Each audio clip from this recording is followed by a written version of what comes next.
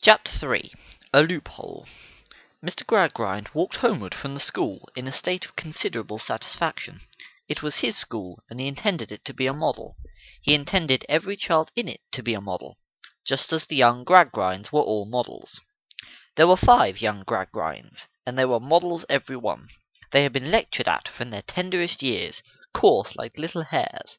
Almost as soon as they could run alone, they had been made to run to the lecture-room. The first object with which they had an association, or of which they had a remembrance, was a large blackboard with a dry ogre chalking ghastly white figures on it. Not that they knew, by name or nature, anything about an ogre, fact forbid. I only use the word to express a monster in a lecturing castle, with heaven knows how many heads manipulated into one, taking childhood captive and dragging it into gloomy statistical dens by the hair. No little Gradgrind had ever seen a face in the moon. It was up in the moon before it could speak distinctly. No little Gradgrind had ever learnt the silly jingle, "Twinkle, twinkle, little star, how I wonder what you are." No little Gradgrind had ever known wonder on the subject. Each little Gradgrind, having at 5 years old dissected the Great Bear like a Professor Owen, and driven Charles's Wain like a locomotive engine driver. No little Gradgrind had ever associated a cow in a field with that famous cow with the crumpled horn, who tossed the dog, who worried the cat, who killed the rat, who ate the malt, or with that yet more famous cow who swallowed Tom Thumb. It had never heard of those celebrities, and had only introduced to a cow as a graminivorous ruminating quadruped with several stomachs. To his matter-of-fact home, which was called Stone Lodge, Mr. Gradgrind directed his steps. He had virtually retired from the wholesale hardware trade before he built Stone Lodge, and was now looking about for a suitable opportunity of making an arithmetical figure in Parliament. Stone Lodge was situated on a moor within a mile or 2 of a great town, called Coketown in the present faithful guide-book. A very regular feature on the face of the country Stone Lodge was. Not the least disguise toned down or shaded off that uncompromising fact in the landscape. A great square house with a heavy portico darkening the principal windows, as its master's heavy brows overshadowed his eyes. A calculated, cast-up, balanced, and proved house. 6 windows on this side of the door, 6 on that side, a total of 12 in this wing, a total of 12 in the other wing, 4 and 20 carried over to the back wings. A lawn and garden and an infant avenue, all ruled straight like a botanical account book. Gas and ventilation, drainage and water service, all of the primest quality. Iron clamps and girders, fireproof from top to bottom. Mechanical lifts for the housemaids, with all their brushes and brooms, and everything that heart could desire. Everything? Well, I suppose so. The little Gradgrinds had cabinets in various departments of science too. They had a little conchological cabinet, and a little metallurgical cabinet, and a little mineralogical cabinet, and the specimens were all arranged and labelled, and the bits of stone and ore looked as though they might have been broken from the parent substances by those tremendously hard instruments their own names.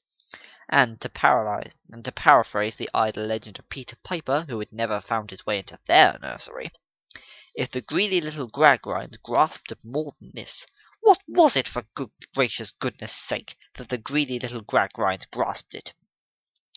Their father walked on in a hopeful and satisfied frame of mind. He was an affectionate father, after his manner, but would probably have described himself, if he had been put, like Sissy Jupe, upon a definition, as an eminently practical father. He had a particular pride in the phrase eminently practical, which was considered to have a special application to him.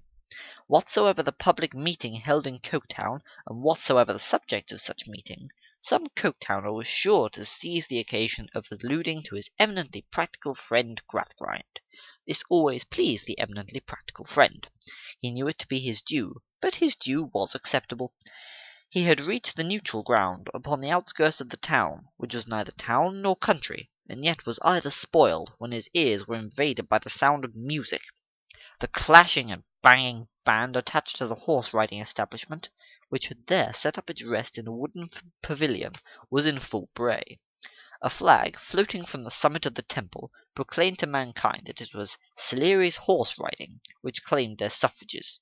Sleary himself, a stout modern statue with a money-box at its elbow, in an ecclesiastical niche of early Gothic architecture, took the money. Miss Josephine Sleary, as some very long and very narrow strips of printed bill announced, was then inaugurating the entertainments with her graceful equestrian Tyrolean flower act. Among the other pleasing but always strictly moral wonders which must be seen to be believed, Signor Jupe was that afternoon to elucidate the diverting accomplishments of his highly trained performing dog Merrylegs. He was also to exhibit his astounding feat of throwing 75 hundredweight in rapid succession backhanded over his head, thus forming a fountain of solid iron in mid-air, a feat never before attempted in this or any other country, and which, having elicited such rapturous plaudits from enthusiastic throngs, it cannot be withdrawn.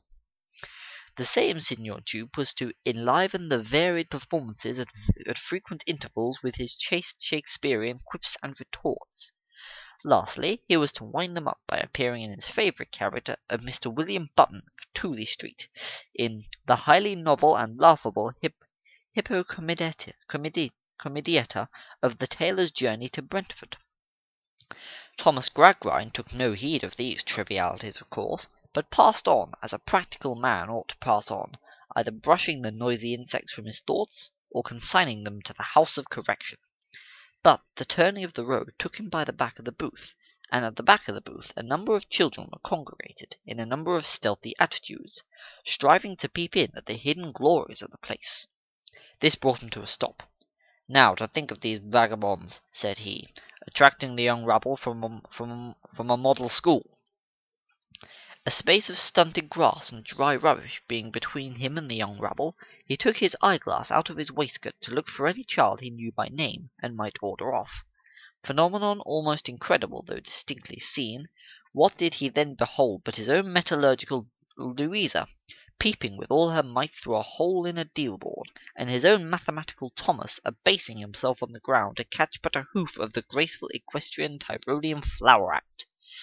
Dumb with amazement, Mr. Gradgrind crossed to the spot where his family was thus disgraced, laid his hand upon each erring child, and said, "Louisa! Thomas!" Both rose, red and disconcerted. But Louisa looked at her father with more boldness than Thomas did. Indeed, Thomas did not look at him, but gave himself up to be taken home like a machine. "In the name of wonder, idleness, and folly," said Mr. Gradgrind, leading each away by a hand, "what do you do here?" "Wanted to see what it was like," returned Louisa shortly. "What it was like?" "Yes, father." There was an air of jaded sullenness in them both, and particularly in the girl, yet, struggling through the dissatisfaction of her face, there was a light with nothing to rest upon, a fire with nothing to burn, a starved imagination keeping life in itself somehow, which brightened its expression, not with the brightness natural to cheerful youth, but with uncertain, eager, doubtful flashes, which had something painful in them, analogous to the changes on a blind face groping its way. She was a child now of 15 or 16, but at no distant day was seen to become a woman all at once. Her father thought so as he looked at her. She was pretty, would have been self-willed, he thought in his eminently practical way, but for her bringing up. "Thomas, though I have the fact before me, I find it difficult to believe that you, with your education and resources, should have brought your sister to a scene like this." "I brought him, father," said Louisa, quickly. "I asked him to come." "I am sorry to hear it. I am very sorry indeed to hear it. It makes Thomas no better, and it makes you worse, Louisa." She looked at her father again, but no tear fell down her cheek. "You, Thomas, and you, to whom the circle of the sciences is open, Thomas, and you, who may be said to be replete with facts, Thomas, and you, who have been trained to mathematical exactness, Thomas, and you, here," cried Mr. Gradgrind, "in this degraded position. I am amazed." "I was tired, father. I have been tired a long time," said Louisa. "Tired? Of what?" asked the astonished father. I don't know of what. Of everything, I think." "Say not another word," returned Mr. Gradgrind. "You are childish. I will hear no more." He did not speak again until they had walked some half a mile in silence, when he gravely broke out with, "What would your best friend say, Louisa?" Do you attach no value to their good opinion? What would Mr. Bounderby say?" At the mention of this name, his daughter stole a look at him, remarkable for its intense and searching character. He saw nothing of it, for before he looked at her, she had again cast down her eyes. "What," he repeated presently, "would Mr. Bounderby say?" All the way to Stone Lodge, as with grave indignation he led the two delinquents home, he repeated at intervals, "What would Mr. Bounderby say?" as if Mr. Bounderby had been Mrs. Grundy.